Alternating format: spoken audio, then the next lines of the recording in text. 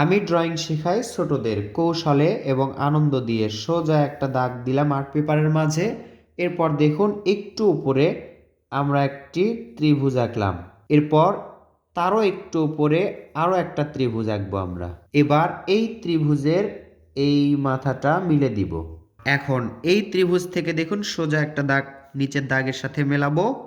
মেলানোর পর এই যে দেখুন এই দাগটা এটার সাথে মেলাবো এবং পুরোপুরি এটার সাথে মেলালাম। এবার এখানে আমরা ডাবল করে এই যে মিলে দিলাম, সোজা দাগ নিচের দাগের সাথে মেলালাম। দেখতে পাচ্ছেন সুন্দর ঘরের শেপ হয়ে যাচ্ছে। ঘরে দরজা এবং জানালা আঁকলাম, যা আপনারা দেখে নিজেরাই আঁকতে পারবেন।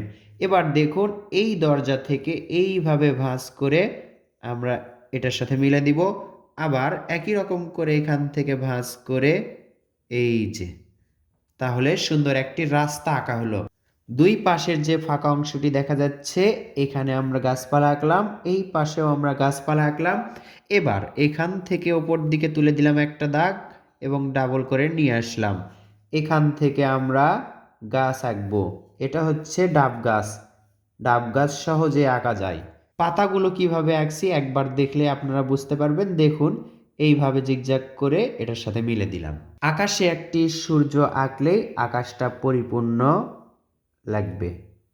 সূর্য আঁকলাম এবং আকাশে দেখুন একটি পাখি, দুটি পাখি এবং তিনটি পাখি, উড়ন্ত পাখি একে সম্পূর্ণ করলাম। দৃশ্যটি কেমন লাগলো? এই সিম্পল দৃশ্যটি সহজে এবং আনন্দের সাথে কমেন্ট করে জানাবেন। ভালো লাগলে লাইক করবেন।